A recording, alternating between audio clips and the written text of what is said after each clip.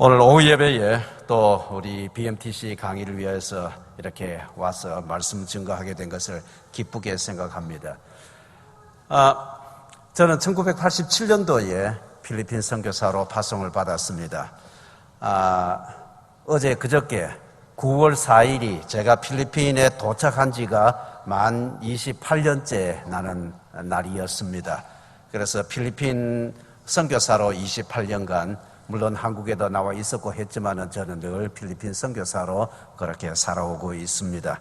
제가 어려서 부터 초등학교 졸업할 때까지는 우리 고향에서 살았고, 그 후에는 중학교, 고등학교, 구내로 학교를 여러 자리 다니면서 여기서 3년, 저기서 3년 이렇게 살아왔습니다. 한 자리에서 제일 오래 산 것은 필리핀에서 제일 오래 살았습니다. 그래서 어떤 사람들은 필리핀이 고향이 되겠네요, 그런 말을 합니다만은, 그러나 어렸을 때 정들었던 제 고향 말고는 광주보다는 필리핀이 저로서는 더 참 정이 많이 들었고, 또 길도 잘 알고, 거기 사람들하고 만나면 훨씬 더 재미가 있고, 한국 사람들은 만나면은요, 오늘 아침에도 버스를 타고 대전에서 여기까지 왔는데 옆에 사람 앉아도 대전에서 여기까지 오면서 한마디 말도 안 하고 그냥 와서 내렸습니다. 내릴 때에 그저 잠시 저는 이렇게 하면 고기를 끄떡하려고 했는데 저 사람은 안 보더라고요. 그래서 고기도 한번 끄떡하지 못하고 그냥 내렸는데요. 필리핀 사람들은요, 버스 타자마자 금방 옆에서 막 말을 걸어옵니다. 어디에서 왔느냐, 중국 사람이냐, 한국 사람이냐, 필리핀 사람이냐, 싱가포르에서 왔느냐, 막 그런 것부터 묻고요. 아이가 몇이냐, 부인이 있느냐, 뭐를 듣고 여기서 무슨 사업을 하느냐, 뭐를 하느냐고 귀찮을 만큼 내릴 때까지 한 번도 쉬지 않고 묻습니다. 얼마나 사람들이 정감이 있고 재미가 있고 그렇게 하는지요. 그래서 저도 한 번씩 묻습니다. 그럼 당신은 아이가 몇이냐, 어디에 사느냐, 학교를 어디에서 했느냐, 무슨 사업을 하느냐, 이렇게 하다 보면 당신 예수 믿느냐, 어떻게 이렇게 하다 보면 또 전도도 되고요. 한국 사람들은 전도하기 참 힘들어요. 제가 2시간 반을 대전에서 오늘 여기까지 왔는데도 눈길을 한번 주지 않으니까 어떻게 전도를 하겠습니까? 참 말을 붙이기도 보니까 겁이 날 것 같고. 그래서 저는 필리핀이 더 좋습니다. 좋고, 필리핀 사람들하고, 그냥 은행에 들어갈 때요, 이렇게 저 사람이 나와요. 그러면 이렇게 끄떡 한번 하고 이제 들어가고 나가고 하다가 또 일을 다 보고 나가는데 또 저 사람이 어떻게 들어와요. 그러면은, 아까 봤지 않느냐고 악수를 하고요. 그만큼 친절하고 친밀하고 정도 있고 참 좋은 그런 나라입니다. 여러분, 필리핀에 많이 놀러 오시고 선교사로도 많이 오시기를 바랍니다. 감사합니다. 저는 중학교 2학년 때부터 주일학교 반사를 시작을 했습니다. 중학교 1학년 때에는 초등학교 금방 졸업해서 중학생 돼서 또 몰랐지만은 2학년이 되니까 저희 아버지가 장로님이었는데 주일학교 반사에 서기 보조, 거기다가 임명을 해 주었어요. 그래서 서기 보조로서 주일학교에 나가서 이제 반사를 시작을 했습니다. 그리고 2학년, 3학년, 4학년, 고등학생 이래 돼요. 제가 고등학교 한 2학년이나 이때쯤 되었을 때에는요, 아주 주일학교 그 성가대 지휘도 하고요. 제가 주일학교 아주 유능한 반사였습니다. 그래서 여름 성경학교 무슨 교사 강습회 하는 데 가서도 강습 받아와가지고 제가 아이들 이렇게 손으로 막 이렇게 율동하는 거 그런 것도 잘 했고요. 저는 그런 데 조금 소질이 있었습니다. 그래서 그때에 제가 여름 성경학교 교사 강습회에 가서 배웠던 노래를 또 우리 주일학교에서 와서 가르쳐 줬는데요. 아직도 머리에 기억하고 있는 그런 노래가 하나 있습니다. 아마 자막에 지금 떴는데요. 사마리아 나그네라는 이러한 노래였는데요. 아마 아시는 분 혹시 계실는지 모르겠으면 제가 한번 불러보겠습니다. 제가 노래를 잘 합니다. 여리고로 가는 길, 험하고도 먼 길에 엄마하고 애기들에게 돌아가던 아빠가 몹쓸 도둑 만나서 매를 맞고 쓰러져 누가 아빠를 도울까 누가 앞발 구할까? 오늘 우리가 읽은 이 본문 내용입니다. 2절은요, 그 길 가던 제사장 앞발 보고 지나며 도둑들이 또 올까봐 그냥 두고 갔다네. 얼마 후에 레위인 그곳 지나가면서 나도 도둑 만날라 어서 빨리 피하자. 여러분 저 사진에 보면은 예루살렘에서 여리고로 가는 길이 저렇게 험한 길이었습니다. 예루살렘은 이 고산지대에 있고요. 여리고는 저 밑으로 내려가서 멀리 산 밑으로 내려가는 그런 길이었습니다. 여기에 제사장과 레위인이 나타나는데 이 사람들이 도둑 만나서 매를 맞고 쓰러져서 이렇게 급한 죽게 된 것을 그냥 버려두고 갔더라. 오늘 우리 성경 말씀은 그래 되어 있는데요. 주일학교 학생들이니까 이렇게 표현을 했습니다. 그런데 무슨 신학적으로 표현을 하면은 조금 더 다른 설명이 필요하지만 어쨌든 도둑들이 또 올까봐 그냥 두고 갔고 나도 도둑 만날라 싶어서 그냥 내팽개치고 갔다 하는 그런 이야기입니다. 3절은 이렇게 합니다. 해저물어 어두운 길 급히 가던 나그네 앞발 보자 달려와서 상처난 곳 싸매며 어서 나귀를 타서요 의사님께 가야죠. 마음 착한 나그네 사마리아 나그네. 여러분 우리 어렸을 때부터 잘 그렇게 알던 그러한 이야기입니다. 막 설명을 하면은 길어져도 노래를 하면은 아주 간단하게 이렇게 잘 이해가 되는 그런 노래입니다. 제가 머리가 좋아서 그런지 저는 어렸을 때 이렇게 배웠는 노래들이 3절까지 거의가 다 기억을 합니다. 제가 이거 어디 인터넷에서 찾는 것 아니고요. 옛날에 이 성경 말씀 설교 준비하면서 옛날에 이런 노래가 있었지 싶어서 막 적었는데 그대로 다 나오더라고요. 애국가를 4절까지 부를 수 있는 분 계십니까? 애국가를, 저기 어린이 한 명 손들었습니다. 애국가를 4절까지 부르는 사람. 제가 우리 선교사들 모임에서 제가 한번 불렀거든요. 그랬더니 1절 혹 2절까지 아는 사람은 있어요. 그런데 애국가를 4절까지 부르는 사람은 거의 없더라고요. 제가 혼자서. 제가 선교지에서 우리 선교사 자녀들을 토요일마다 모아놓고 한글 학교를 합니다. 국어 가르치고 도덕 가르치고 한국 역사 가르치는데요. 3.1절 되고 또 개천절 혹은 제헌절, 광복절 이럴 때 되면은 토요일날 모여서 오늘 3.1절 노래 부릅니다. 혹은 오늘 한글날 노래 부릅니다. 그렇게 하면요. 선교사님들 가운데 그런 노래 아는 사람이 거의 없습니다. 그런데 제 혼자서 알아요. 그래서 제가 가르치고 하면은 사람들이 좀 이상하게 생각하면 어떻게 그런 노래를 기억하느냐고. 그럼 저는 생각해 어떻게 그런 노래를 기억하지 못하느냐고. 그거 어렸을 때 다 불렀던 노래인데 왜 당신은 기억하지 못하느냐 그런 말을 하기도 합니다만 하나님께서 특별한 은혜를 주신 줄로 믿습니다. 오늘 우리는 이 사마리아 나그네에 관한 말씀을 드리려고 합니다. 우리 박신호 선교사님이 우리 이 교회당 입구에 들어오면서 이렇게 보니까 거기에 큰 글자로 조각을 해놓은 것을 보았습니다. 우리 박신호 선교사님이 이 그림을 조각을 했습니다. 여러분 저 그림을 한번 보시기를 바랍니다. 지금 밤입니다. 그렇죠? 저기에 한 사람이 나귀에다가 자기가 타고 온 나귀에다가 매를 맞고 쓰러져 지금 급한 죽은 사람을 나귀에다가 싣고 어서 나귀를 타서요 의사님께 가야죠 하고 이렇게 빨리 가는 그런 장면입니다. 그럼 다음 장면에 박신호 선교사님이 이 그림에 해설을 붙였는데요. 좀 보이십니까? 읽을 수 있겠습니까? 여러분들이 첫 줄을 읽으십시오.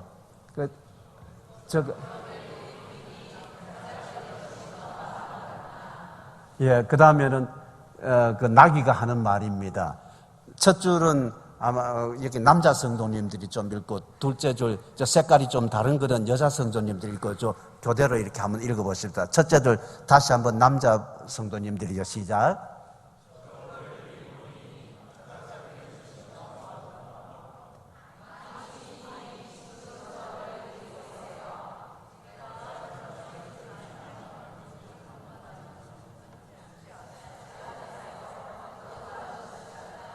예.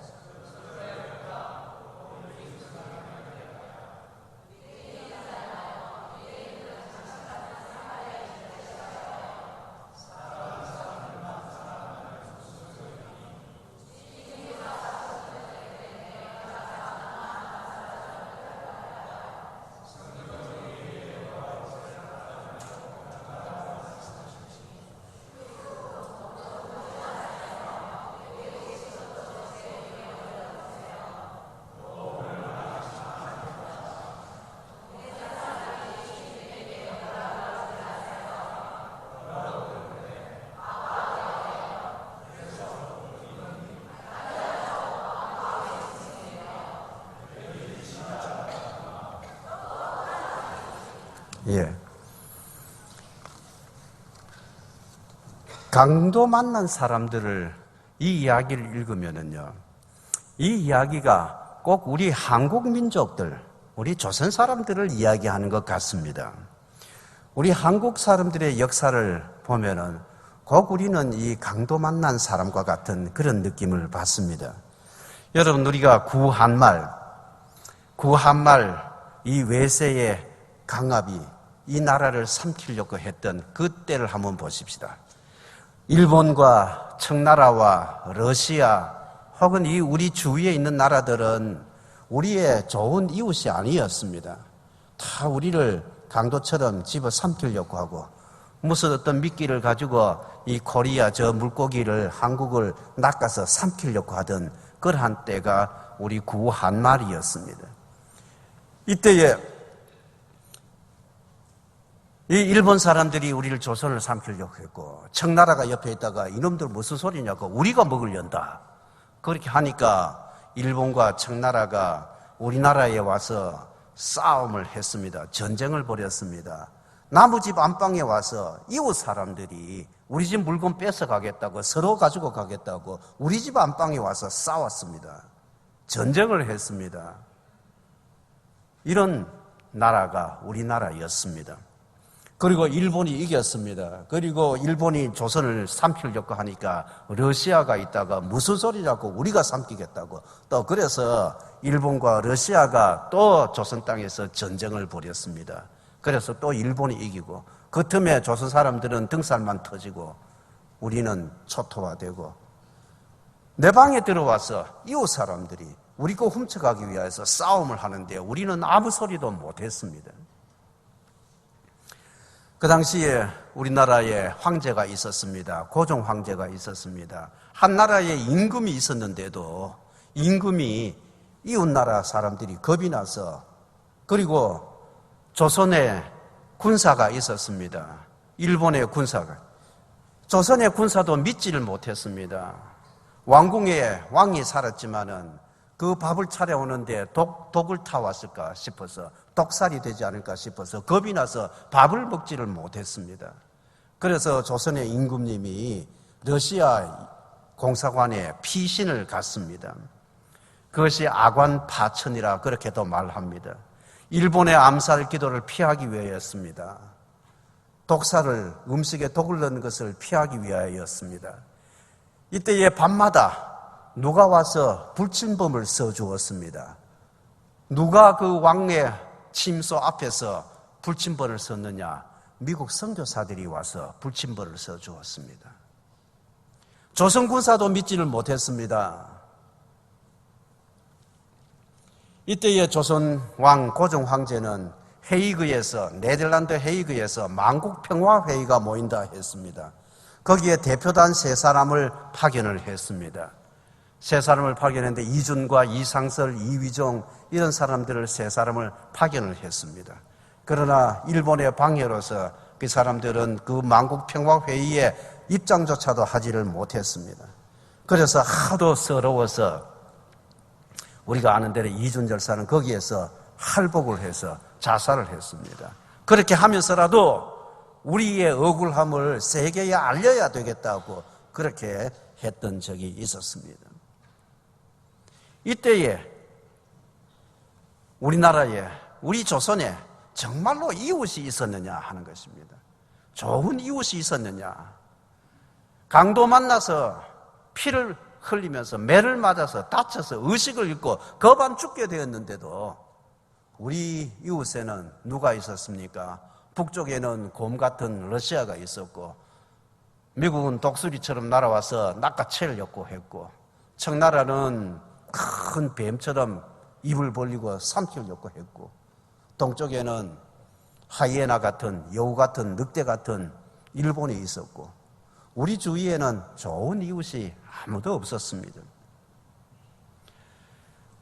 우리 조선 사람들이 매를 맞고 쓰러져 지금 아무 희망 없이 지금 밤은 되어가고 그 밤중에 어떤 짐승이 어떻게 나타날지 모르는 그곳에 쓰러져서 거반 죽게 되었던 이 조선에 좋은 친구가 누구였느냐 하는 것입니다. 좋은 친구는 예수님이 있었습니다. 예수님께서 이 땅에 친구를 보내주셨습니다. 누구를 보내주셨습니까? 선교사들을 보내주셨습니다. 예수 믿는 사람들. 미국은 우리나라의 좋은 이웃이 아니었습니다. 그렇지만은 미국 안에 사는 예수 믿는 사람들, 크리스찬들, 선교사들을, 미국의 교회를 하나님께서 이 조선의 친구로 보내주셨습니다. 여러분, 우리 땅에 처음 찾아온 선교사들은 아펜젤러 혹은 언더우드 이러한 선교사들이었습니다. 1885년 구한말에 4월 5일 날 이 두 선교사가 조선의 첫 선교사로 찾아왔습니다. 그 후에 조선 땅에는 많은 선교사가 찾아왔습니다. 특별히 많은 선교사들 가운데서도 헐버트라는 선교사가 찾아왔습니다. 이분은 고종 황제가 이 땅이 우리 조선이 앞으로 살 길은 인재를 양성하는 것이다. 사람을 양성해야 된다는 것입니다. 저도 오늘 2층에 이렇게 여러 문들에도 보니까 무슨 인재를 양성하는 교회, 무슨 그런 글을 선호하는 것을 보았습니다. 사람을 키워야 된다는 것입니다.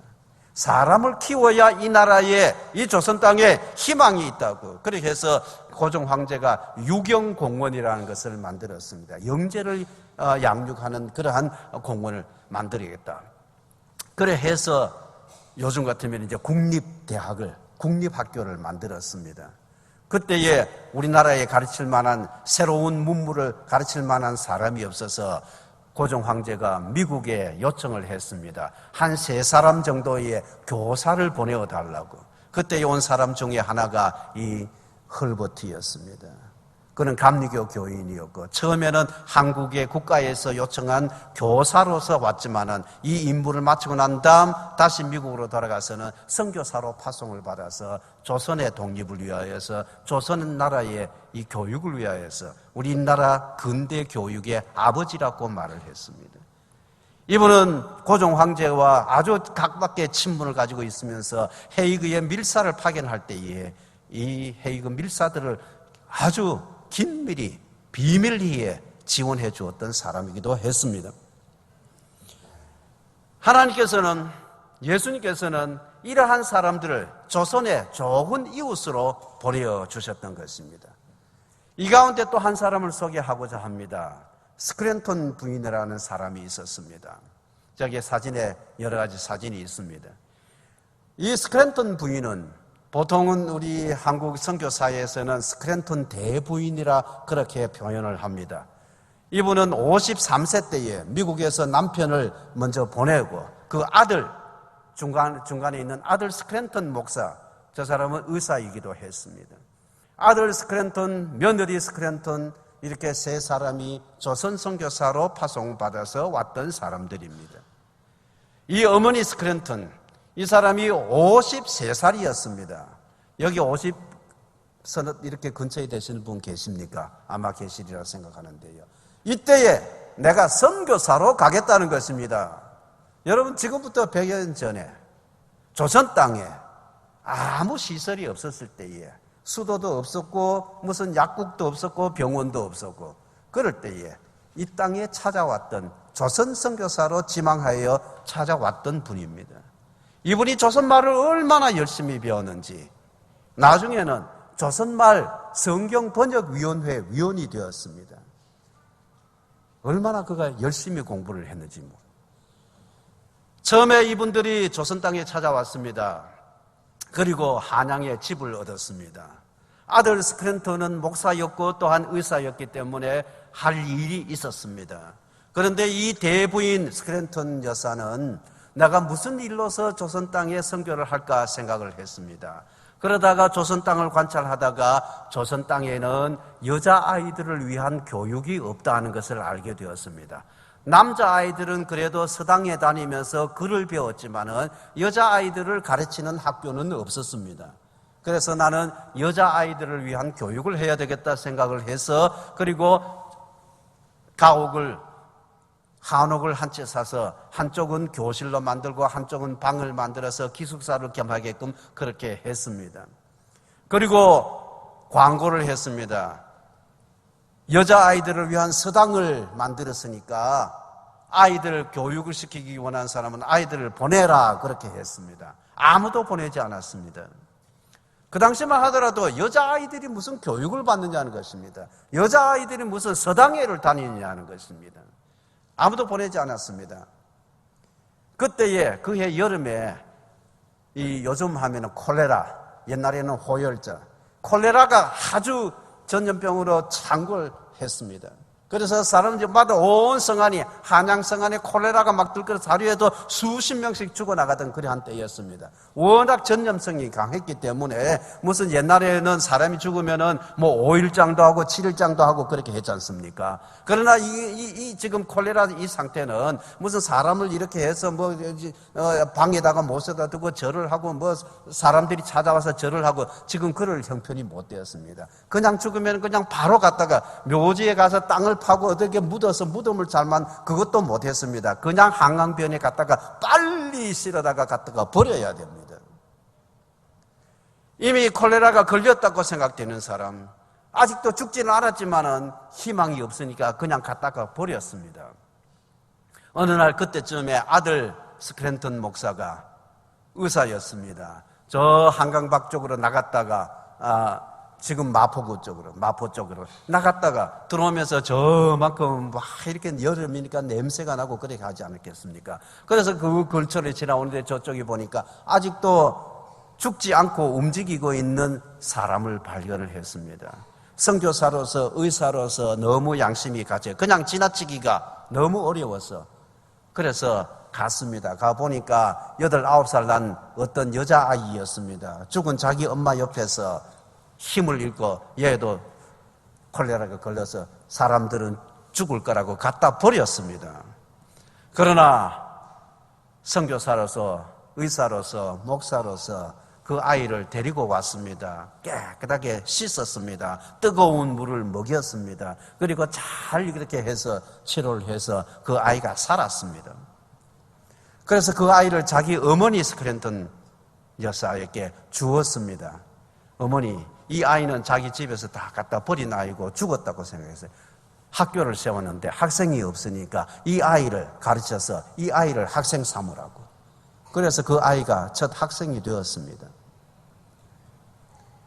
그리고 그 후에 학생들이 모집되었는데요. 나중에 명성황후, 우리가 일반적으로 말하는 민비 고종 황제의 황후가 이 스크랜턴 여사가 세운 학교에다가 학교 이름을 지어 주었습니다.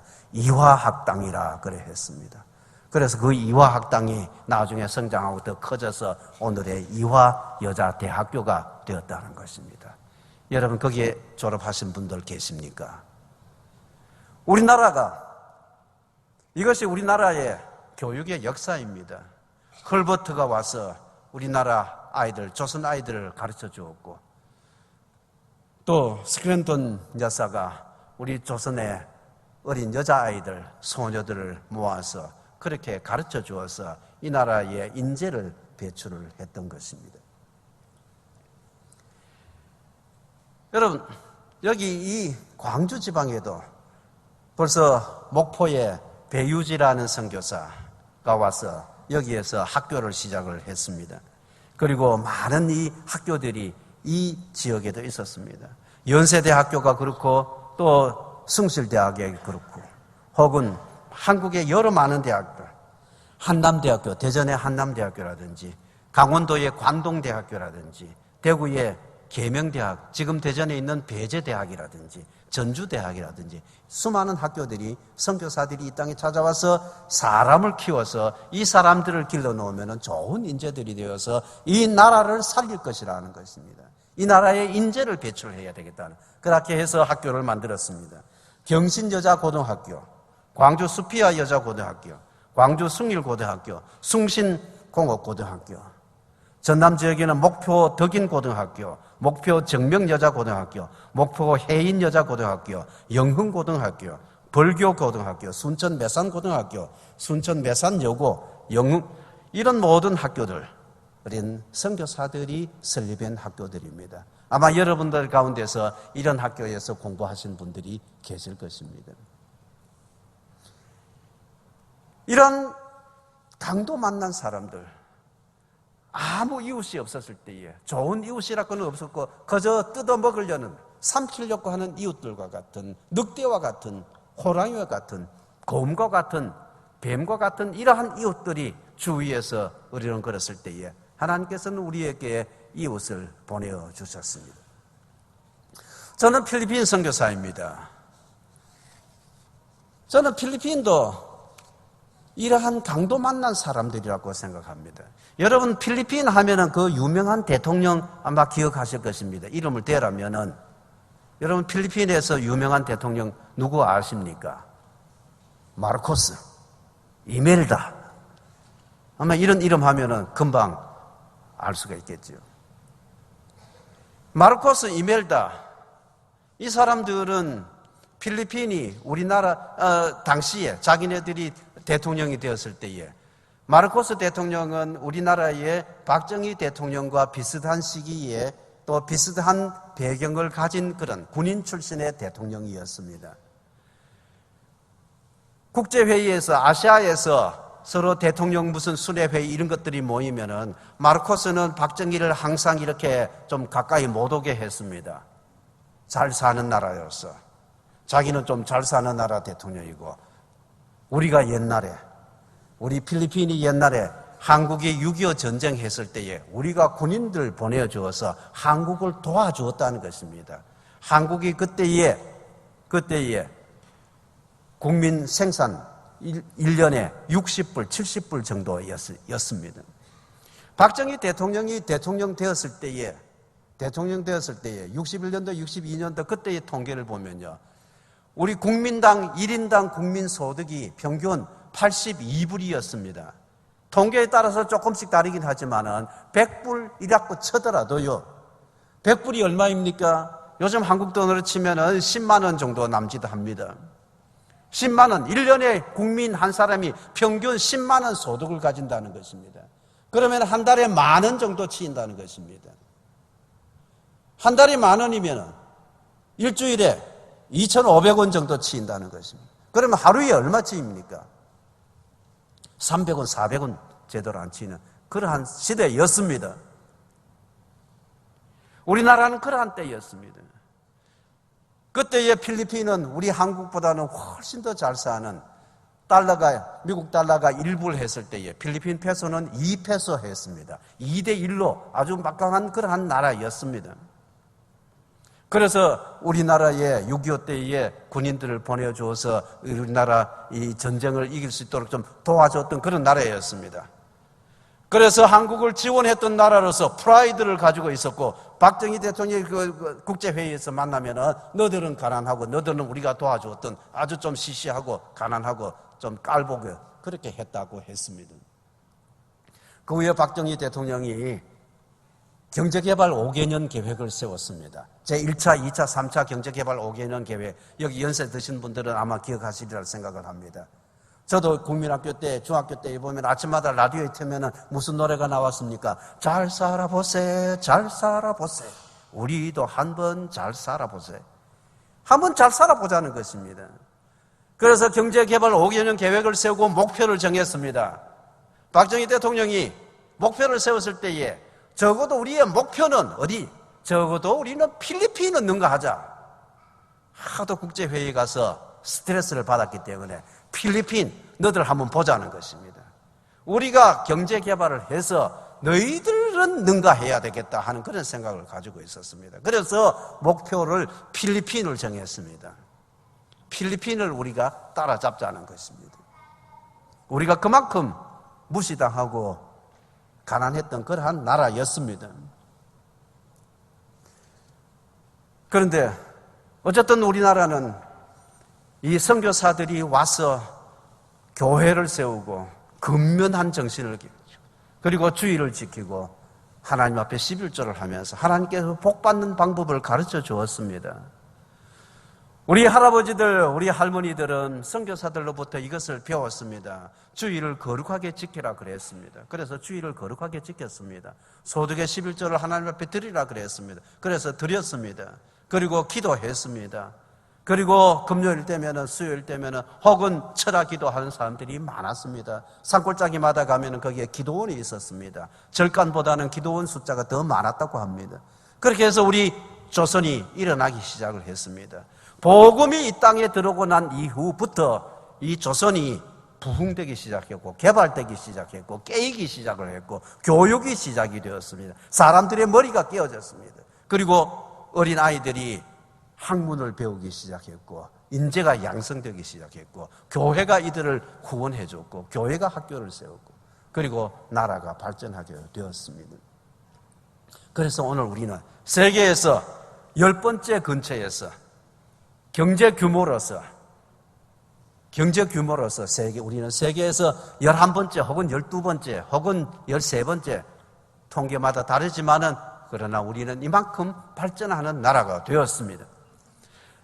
그런데 필리핀에 마르코스가 정권을 잡고 마르코스도 박정희만큼 오랫동안 집권을 했습니다. 집권을 했지만 마르코스는 나라를 말아먹었습니다. 마르코스가 집권하는 동안에 필리핀 경제가 이만큼 높이 있다가 점점 내려왔습니다. 그래서 지금은 아시아에서 가장 후위 그룹에 속해 있습니다. 가장 못 사는 나라들 중에 하나로 되어 있습니다. 강도 만난 사람들입니다. 제가 10여 년 전에 그때에 에스트라다라는 대통령이 있었습니다. 에스트라다 대통령, 이 사람은 우리로 치면은 중퇴 학력입니다. 중학교를 못 마친 대통령이 되었습니다. 그런데 어떻게 하다 보면 인물이 잘생겼어요. 영화 배우가 되었습니다. 그리고 아주 이거 무슨 액션 이런 걸 잘 했습니다. 그렇게 해서 사람들이, 필리핀 사람들이, 야, 저 사람 대통령 시켜놓으면은 그냥 갖다 딱 때려 부시고 뭔가 총으로 탁 쏴가지고는 나쁜 놈들 다 죽여버리고 좋은 나라 만들 것 같았습니다. 영화는 다 그렇잖아요. 그런데 정말로 저 사람은 대통령 시키면은 인기가 있었습니다. 그래서 대통령 출마를 했어요. 대통령이 당선이 되었습니다. 영화처럼 나라가 그렇게 발전하리라 기대를 했습니다. 에스트라다가 대통령이 되고 난 다음에 가장 먼저 한 일이 무엇이냐 하면은 그 갬블링 그룹, 노름하는 그룹이 있었습니다. 그 그룹에 비밀리에 하는 그 그룹을 대장을 데리고 와서 경찰청장에게 연결을 시켜 주었습니다. 이 사람 노름을 해서 도박을 해서 돈을 버는 사람인데 경찰청장에게 만나게 해 주어서 이 사람 잡아가지 말라고. 이 사람 도박을 해서 돈을 많이 벌면은 자기한테 뇌물을 주기 때문에. 그래서 대통령 궁에다가 두 사람 만나게 해서 이 사람 건드리지 말라. 그것이 에스트라다가 대통령이 되고 나서 첫 번째 한 일입니다. 그 시대에 대정치를 그렇게 하니까 에스트라다가 국회의원들이, 상의원들이 탄핵을 했습니다. 에스트라다 저 대통령 하면 안 되겠다. 에스트라다 대통령 파직을 시켜야 된다. 그래서 국회가 상원이 나서서 청문회를 열었습니다. 탄핵을 했습니다. 그때에 증인들이 많이 나왔는데요. 그때에 우리는 텔레비를 열심히 보았습니다. 저게 어떻게 진행될 것이냐. 우리도 한때는 노무현 대통령 탄핵하는 거 그런 거 보지 않았습니까? 그렇게 했는데 그때에 문교부 장관이 나와서 문교부 장관이 아니고 상원 가운데서 이 문교부 개통에 위원회 쪽에서 반대하는 상원의원이 텔레비전에 나와서 이런 이야기를 했습니다. 작년에 우리나라의 문교부에서 전국적으로 교실을 5,000개 짓도록 예산이 편성이 되었고 그 예산이 다 집행이 되었습니다. 자, 여러분, 그러면은 실제로 우리나라에 전국적으로 교실이 5,000개 지어졌겠습니까? 하고 물었습니다.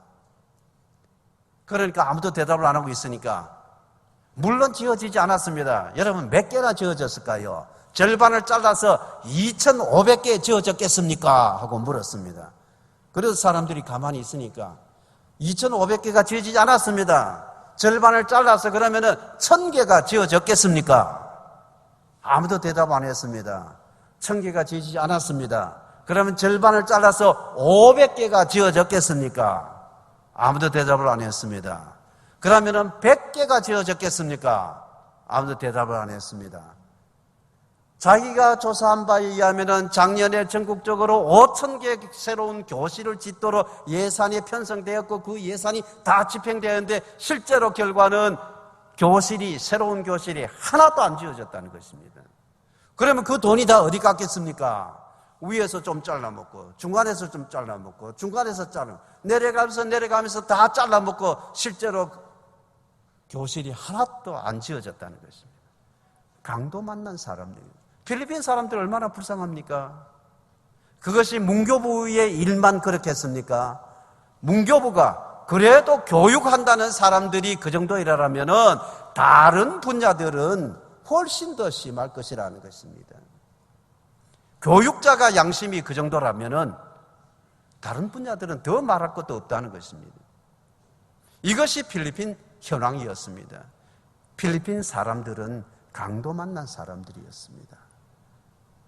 필리핀의 국민들은 강도 만나서 매를 맞고 쓰러져 거반 죽게 되었다. 이 성경의 강도 만난 이 사람과 비슷했고 우리 과거의 조선 사람들과 비슷한 그런 때였습니다.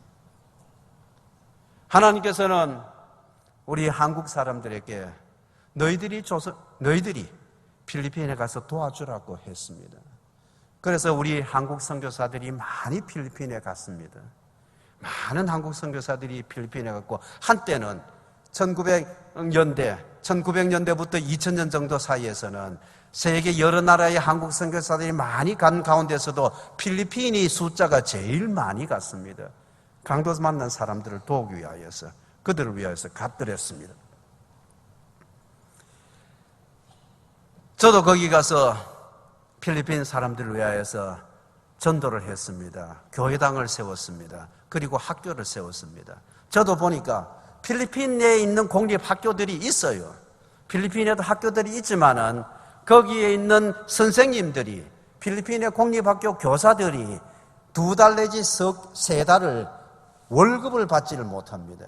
중간에서 월급이 지급이 되었는데 중간에 어디서 오다가 다 없어지고 일선 교사들에게 월급이 2달, 3달 밀리게 된다는 것입니다. 그러면은 그 학교의 의자가 혹은 책상이 삐기덕삐기덕 하면은 그거 고치겠습니까? 선생들이 월급을 못 받는데 누가 그 책상을 고치겠습니까? 거기에 무슨 창문이 깨졌는데 유리가 깨졌으면은 그 유리를 갈아 넣겠습니까? 선생 월급도 못 주는데 누가 그 유리를 갈아 넣겠습니까? 아무도 그런 사람 없습니다. 학교가 낡을 대로 낡았고 바닥이 꺼지고 마루가 깨지고 책상이 부러지고 아이들이 놀다 보면 유리도 깨지고 뭐도 깨지고 다 그렇잖아요. 학교에 뭘 하려면 분필도 제대로 없고 칠판 닦개도 제대로 없고 그저 종이가 신문지 가지고 이렇게 닦는다고 그렇게 하는 그러한 나라였습니다. 저도 보기에 이래서는 안 된다는 것입니다. 이 나라를 살려야 되겠다는 것입니다. 이 나라를 살려야 이 사람들이 살 수가 있겠다는 것입니다. 그래서 학교를 지었습니다. 교회를 세우고 교회 안에 학교를 만들었습니다. 그래서 인재를 양성하려고 했습니다. 여러분, 아직도 필리핀은 사람들이 필요합니다. 더 많은 지원이 필요합니다. 예수님께서는 오늘 여기에 이렇게 말씀을 하셨습니다. 여기에 마지막에 내 생각에는 이 세 사람 중에 누가 강도 만난 자의 이웃이 되겠느냐? 이르되 자비를 베푼 자니이다. 예수께서 이르시되 가서 너도 이와 같이 하라. 가서 너도 이와 같이 하라 하는 것입니다. 여러분, 하나님께서는 우리나라에 복을 많이 주셨습니다. 여러분, 우리는 지금 소득이 2만 불 시대에 2만 불이 넘을 만큼 세계에서도 아주 잘 사는 나라입니다. 우리 앞에는 10나라 혹은 11, 서너 개 나라밖에는 없습니다. 그러나 우리 뒤에는 끝이 안 보일 정도로 많은 나라들이 우리 조선을 향해서 우리 대한민국을 바라보고 있습니다. 필리핀 사람들이, 방글라데시 사람들이, 혹은 중국에 사는 사람들이, 저 중앙아시아에 사는 사람들이 코리아에 가서 돈을 벌겠다는 것입니다.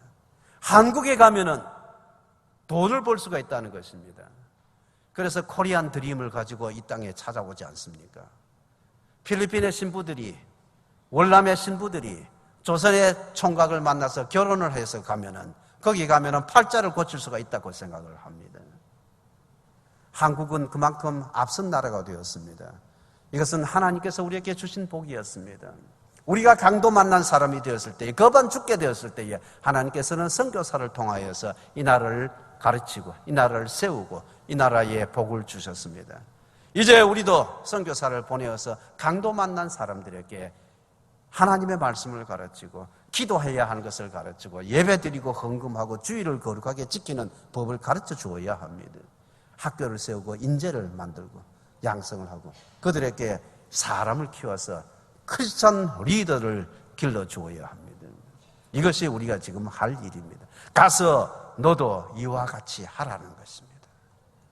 누가 내 이웃입니까? 하고 물었을 때에 예수님은 이런 이야기를 하셨습니다. 그리고 마지막에 자비를 베푼 사람이 참 이웃인 것 같습니다. 그러냐? 그러면 너도 가서 그렇게 하라는 것입니다. 우리가 이런 도움을 입었습니다. 저도 어렸을 때에 미국 사람들이 보내준 밀가루, 미국 사람들이 보내준 우유, 미국 사람들이 보내준 강냉이 가루, 구제품, 그거 입고 걷고 그거 먹고 자랐습니다.